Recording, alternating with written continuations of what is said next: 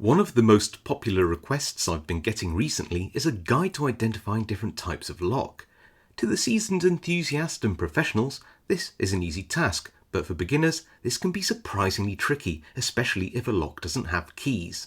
So here is a quick guide to identifying the most common lock types, and I'll leave links to picking tutorial videos in the description below. We will start with what is easily the most common lock type, the standard pin tumbler. There are almost countless numbers of different keyway shapes for this type of lock, but they are most easily identified by looking into the vertical keyway to see the brass or silver coloured key pins either at the top or the bottom of the keyway depending on the orientation of the lock.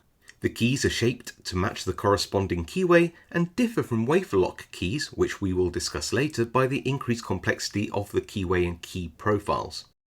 Dimple locks are a variant of the standard pin tumbler, with the main feature being a horizontal keyway with warding, the name given to the teeth-like pieces of metal that complicate the shape of the keyway. Like the standard pin tumblers, you should be able to see the tops of the key pins inside the lock.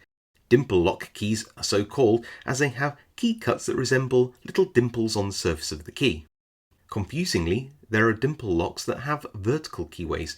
These still have flat keys with dimples cut into the faces, but they are almost universally recognizable by having straight-sided keyways without warding and key pins on the left and right side of the core as you look in. More common than you might expect, it is worth briefly mentioning the humorously dubbed smiley dimple lock. This lock is very similar to your standard horizontal keywayed dimple lock in design, except it has a distinctive curved keyway that is reminiscent of a smile. How cute! The keys are likewise shaped with a curve, and this is their main distinction to other dimple locks. Earlier we mentioned the wafer lock, a robust and simple lock type often used for low security applications.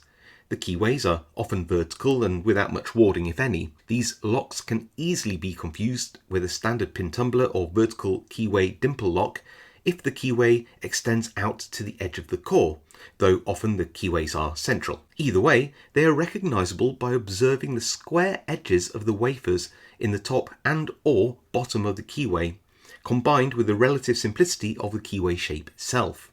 The keys are similarly less complex in profile than most pin tumbler locks, and more often than not have distinctive double-sided reversible keys that make operating the lock a bit easier. One of the most recognizable lock types is the widely used tubular lock.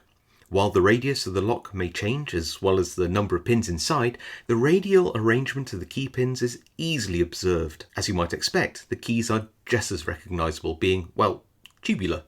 Let's move on. The warded lock is probably the most misidentified lock type, at least in my experience. This is understandable, as to the inexperienced eye, the keyways appear like some kind of wafer lock or pin tumbler variety. If we look a little closer, however, the centrally located keyway with reflectively symmetrical warding is the giveaway we are looking at a different type of lock altogether. Despite usually having a warded keyway, the lock is actually named after the internal warding inside, for which the cuts in the key have to pass through. The keys themselves are very distinct because of this, and with the deep square cuts on one or both sides of the key, they are easily distinguishable from pin tumbler and wafer lock keys.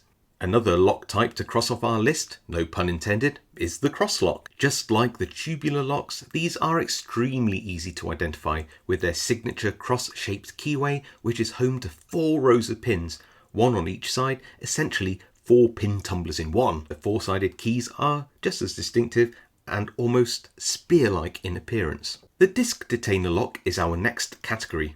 With some exceptions, these locks can be recognized by a round keyway surround, with a keyway that is a distinctive wide-ish oblong or lozenge or bow tie shaped hole. The keen-eyed will be able to see that inside there are no pins, rather there is a stack of coin-like discs. The complementary oblong or lozenge or bow tie profiled keys are very easily spotted on any keyring and have sloped, angled cuts along their length so as to rotate the discs inside the locks by a specific angle.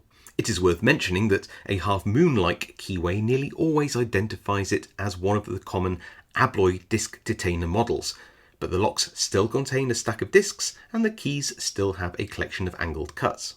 Slider locks are a weirdly controversial category in the lock community, as there is some debate over when is a slider and a wafer a wafer. I'm afraid there is no easy answer, but for the sake of simplicity, in this video we will define slider locks as locks that function by the key moving pins or wafers within the core up and down using tracks on the side of the key.